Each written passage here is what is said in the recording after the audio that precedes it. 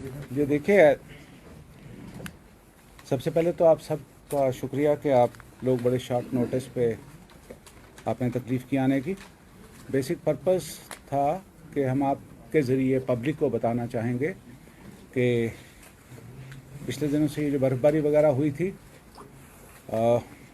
पिछले सालों के मुकाबले में उस पिछले एक्सपीरियंस को देखकर लोगों में भी शायद ये था शक व शुबात के शायद इस दफ़ा बिजली की हालत ख़राब होगी, पानी नहीं मिलेगा, रोड्स नहीं चल पाएंगी। तो मुझे बताते हुए ये खुशी हो रही है कि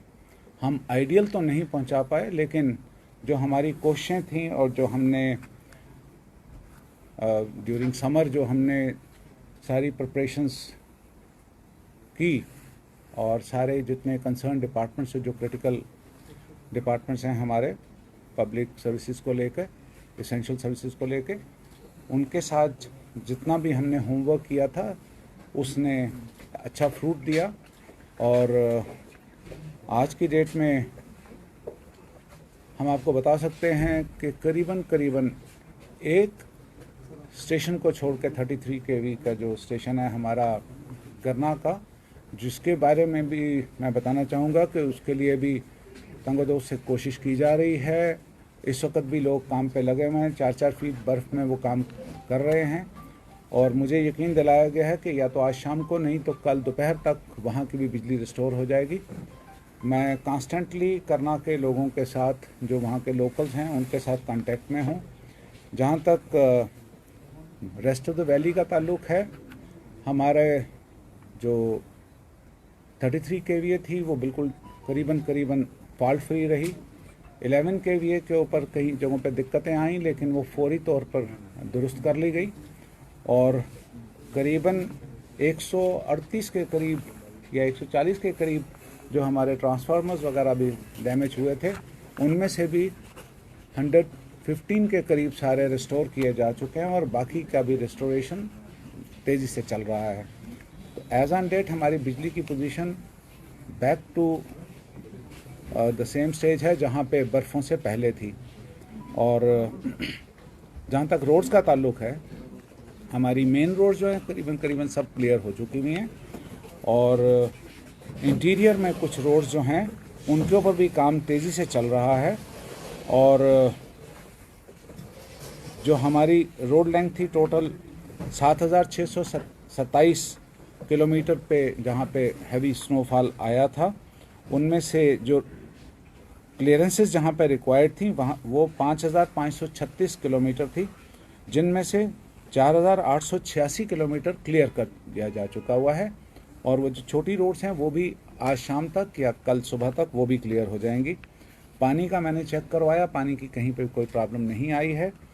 और जहाँ पे भी बिकॉज पानी की प्रॉब्लम का डायरेक्ट कनेक्शन होता है बिजली की सप्लाई के साथ, तो चूँकि बिजली की सप्लाई इस दफ़ा इंश्योर की गई और ख़ास तौर पर जो एसेंशियल सर्विसेज वाली जगह थी, तो वहाँ पे हर एक जगह पे करीबन पानी, पीने का पानी साफ़ मुहैया किया जा रहा है। जो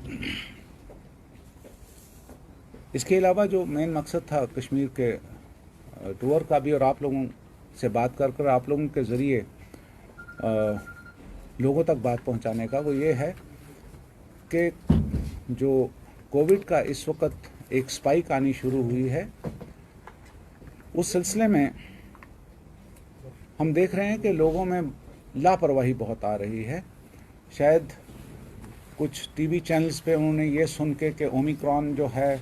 जो ये नया वेरिएंट आया है, वो इतना डेडली नहीं है, बीमार करता है लेकिन फैटेलिटीज़ उसमें काफ़ी कम है, तो उन्होंने एहतियात को बिल्कुल आलमोस्ट ख़त्म कर दिया। और उसके चलते हुए उन्हें ये एहसास नहीं है कि अगर 1000 केसेस आते हैं कोविड के, तो उसमें से ओमिक्रॉन के केसेस 100 से भी कम हैं। बल्कि जम्मू कश्मीर को ले तो 5, 7, 8, 9 केसेस आ रहे हैं, जबकि बाकी केसेस जो हैं वो उसी डेल्टा वेरिएंट के हैं, जिसने पहले भी बहुत तबाही की है। तो आपके ज़रिए से मैं पब्लिक से भी गुजारिश करना चाहूँगा कि इस चीज़ को लाइटली नहीं लीजिए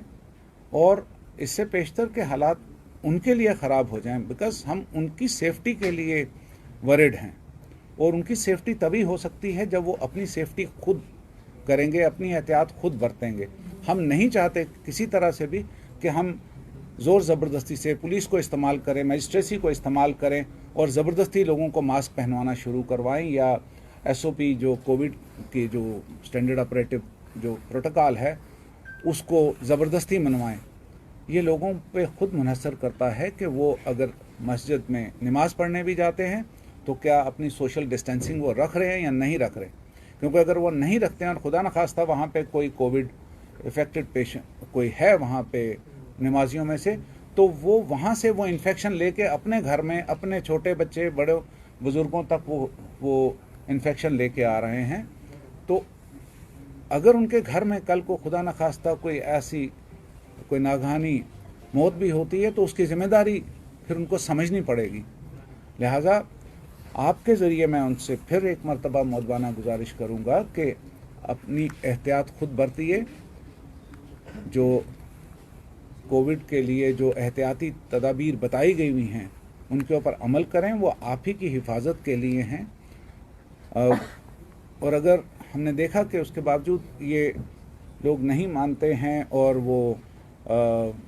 कोविड का जो एहतियात हैं वो नहीं बरतते हैं, तो फिर सरकार को थोड़ा सा शायद सख्ती भी करनी पड़ जाए, जो हम नहीं चाहते हैं, हरगिज़ नहीं चाहते। उसी मौके पर मैं कोविड के बारे में भी आपसे बात करना चाहूँगा कि मैंने श्रीनगर के जो मेन हॉस्पिटल जो क्लियर किए गए हुए हैं कोविड के पेशेंट्स की देखभाल के लिए, चाहे वो हमारा चेस्ट डिजीज़ हॉस्पिटल है या SMHS है, हमारा JVC है, तो उनसे उनके जो मुतल्लिका ऑफिसरान हैं, डायरेक्टर साहिबान हैं, सुपरिटेंडेंट साहिबान हैं, उनसे बात की। जो भी अरेंजमेंट, क्योंकि पीछे वाला जो हमारा तजुर्बा रहा है उसको मद्देनज़र रखते हुए UT की एडमिनिस्ट्रेशन,